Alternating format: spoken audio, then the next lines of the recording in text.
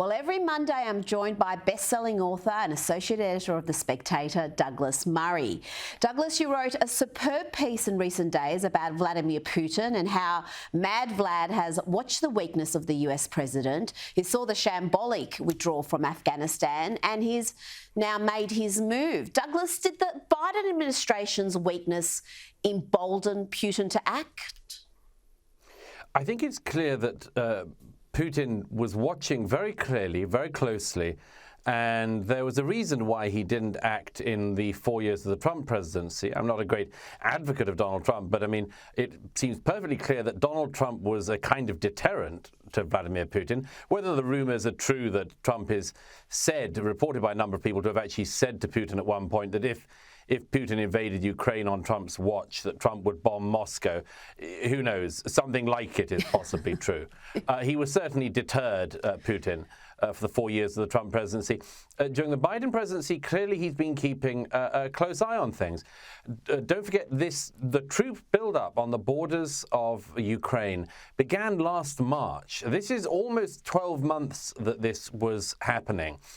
And during that time that Putin was amassing forces on the borders of Ukraine, of course, he watched the very ignominious American withdrawal from Afghanistan.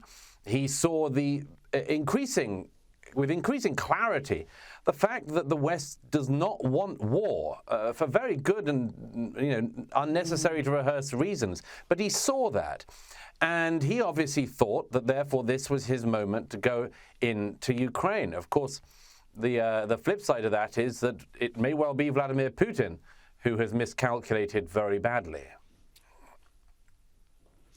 Absolutely. He's sustaining losses there and it's not going as he expected. But I wonder whether President Biden's own personal weakness, not just the shambolic nature of the Afghanistan withdrawal or the ineptness of his administration, but the president himself, he seems to be weakening by the day. His deterioration is hard not to notice. Is that having an impact at all on how Russia's behaving, on how China may behave in the future? Well, I would say it's not just about President Biden. It's about Vice President Harris. Kamala Harris was sent to the Munich Security Conference last week, just ahead of the beginning of hostilities in Ukraine. And it was just painful to watch. There isn't a single domestic issue, or indeed any international issue, that Kamala Harris has yet solved. None. Zada, nilch. She's not solved the southern border question in the United States. Yet President Biden sent her to Europe to address the looming war in Ukraine.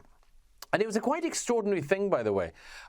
Kamala Harris said in front of her European colleagues, she said things like, "What we're facing here, guys, we've got to take a second to realize this. We're looking at the possibility of war in Europe, guys. I mean, just think about that for a moment. I mean, it was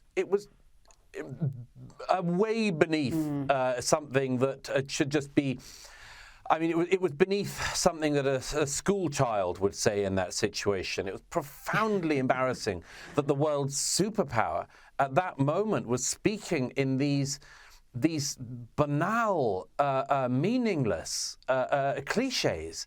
And, the other thing that has to be said about that is that the Biden administration was saying only days before the outbreak of the war that the reason why they were looking into sanctions and starting to institute sanctions was that they would act as a deterrent. Well, clearly they didn't act as a deterrent.